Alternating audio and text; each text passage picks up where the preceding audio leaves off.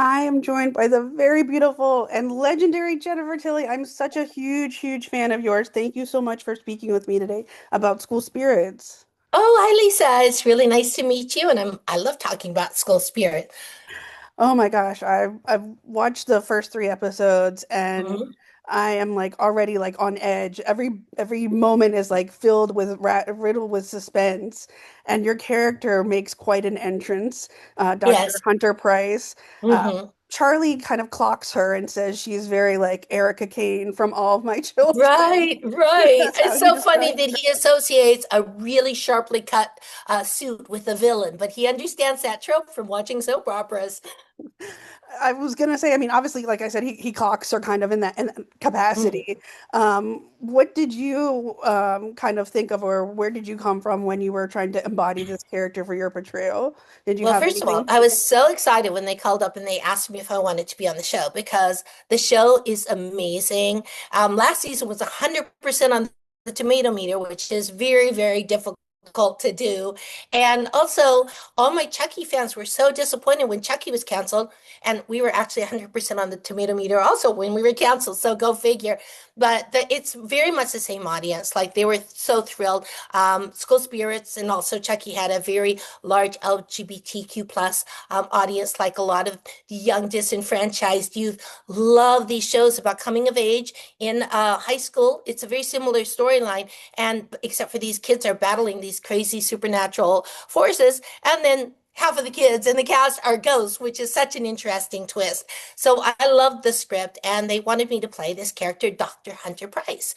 And when I read the script, at first I thought, wow, really is kind of a ball busting bitch. And then I felt there was something more off about her, that there's something very sinister about the way that she was approaching the students in the auditorium. And she had this power to shut up everybody in the auditorium, which poor Principal Hartman does not have that power. And but they didn't tell me which way she was going. I just had to kind of guess. And when they started telling me the direction which they were planning on taking my character, I was absolutely thrilled. So, we can't give anything away, but suffice it to say, she is more than just a mean, self-centered, narcissistic, greedy bitch. She's actually kind of starts to align herself with the dark forces, and some very surprising things happen, and she is kind of truly evil. So those are always the fun parts to play the villain. I mean, a lot of the characters, or most of the characters in this series, are quite shaded in these dark gray um, elements to them. I mean, everybody Mhm. sort of also seems to have a secret at the same time as well. What is it about both these this characters and the cinematography of School Spirits that really kind of amplifies that dark gray tone that the series brings to The it? cinematography is beautiful, and it's almost like we saw the first episode with the cast and some super fans in a theater.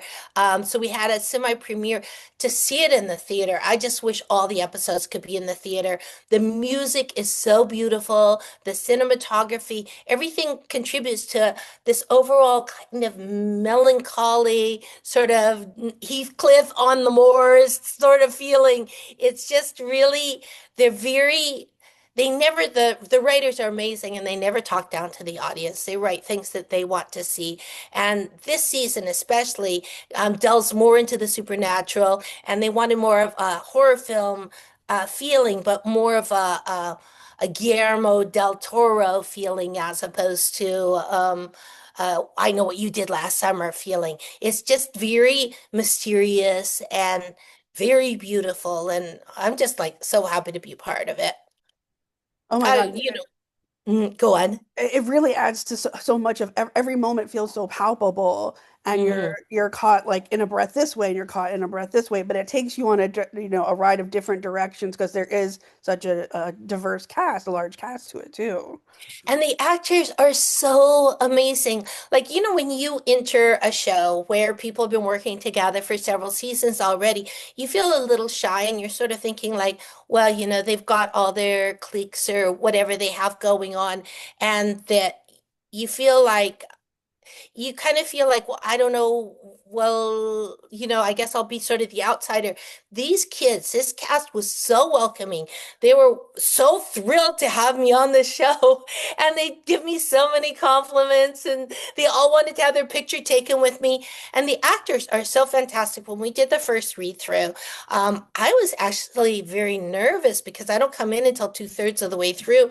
And the read through was like this amazing radio play with everybody was so good. I thought, oh, when it gets to me, don't drop the ball, don't drop the ball. I felt like a need to live up to how fantastic everybody else was.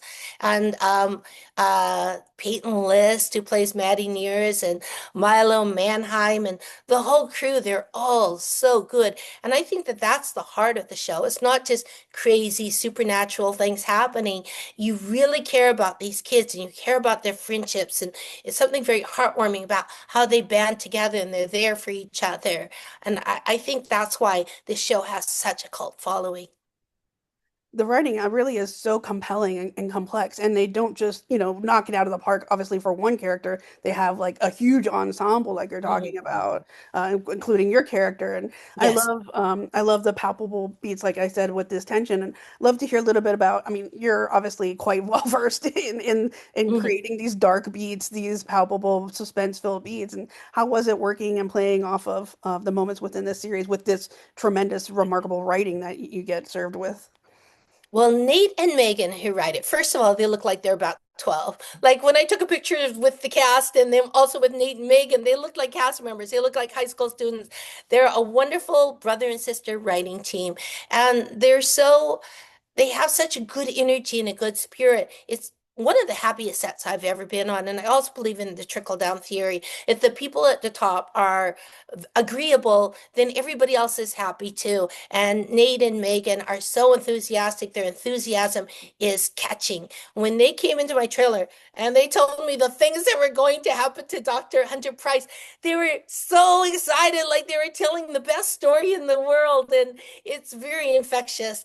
I didn't know where my character was going, and I keep my ear to the ground, and I get hints from the wardrobe people, and they'd be like, "Oh, we need an outfit for the Harvest Festival." I go, "Harvest Festival? There's going to be a Harvest Festival." And then one of the actors said, "I heard your character is going to try and kill me." I was like, "Oh, I'm going to kill somebody. So exciting." That didn't happen, so I'm not giving anything away. But there were a lot of rumors, and I think Megan and Nate didn't even know exactly where they're going with my character, but they just knew they laid in a lot of like clues and everything. I think subconsciously they knew something majorly portentous was going to happen with her and that she was not a good person. I also have a wonderful relationship with, well, my character doesn't, but I do, with the little actress who played my daughter Erica Swayze. She plays Livia's new girl at school, she's sort of prissy and snotty with the other girls, but she's actually such a wonderful actress. And there are some scenes where she's so vulnerable,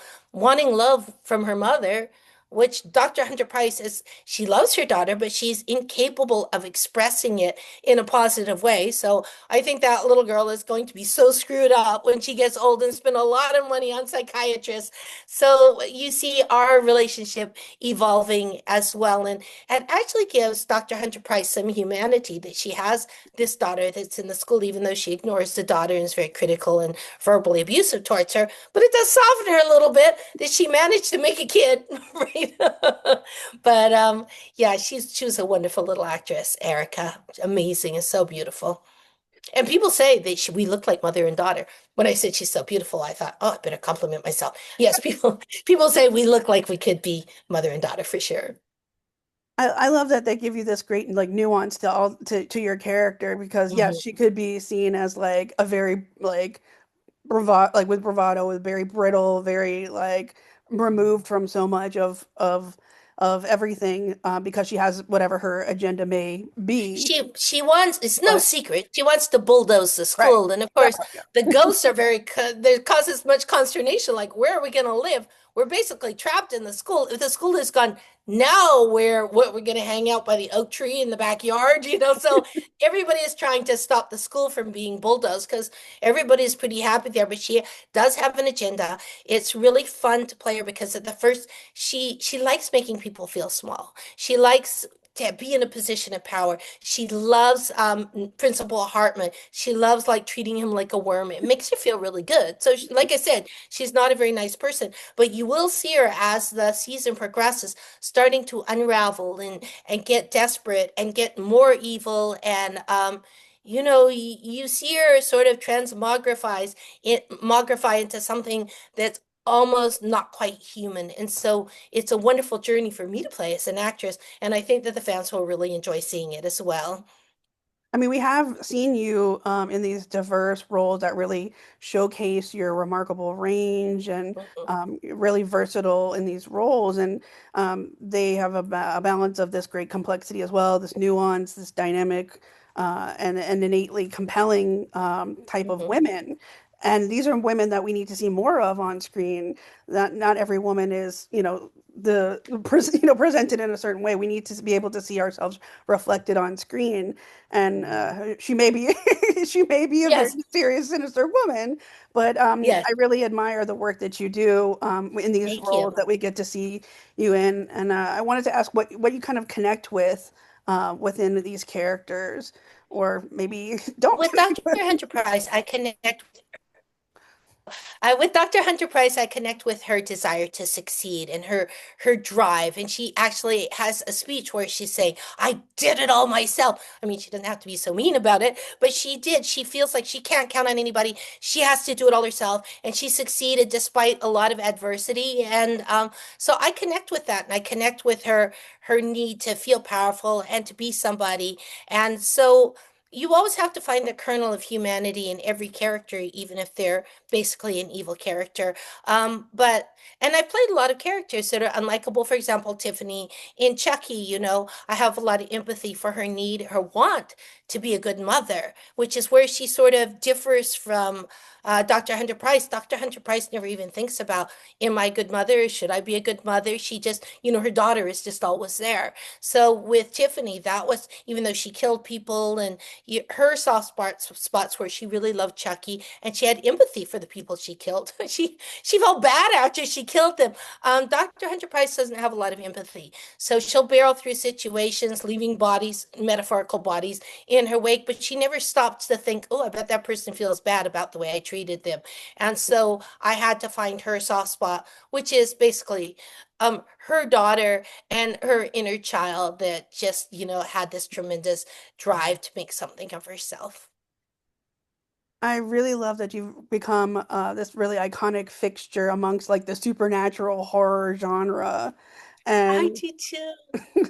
it's as a fan, it's really rewarding for me to see going from such a diverse range and the incredible characters and caliber of characters that you've gotten to play. So I really, again, admire your work so much, and I'm grateful for the spectrum of women that we've gotten to watch you portray. That your incredible talent.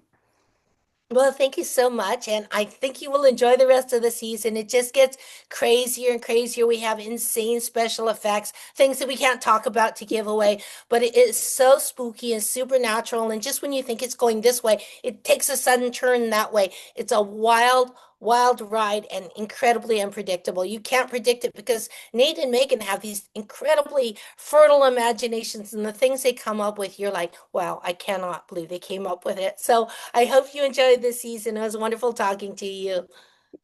A pleasure. Thank you.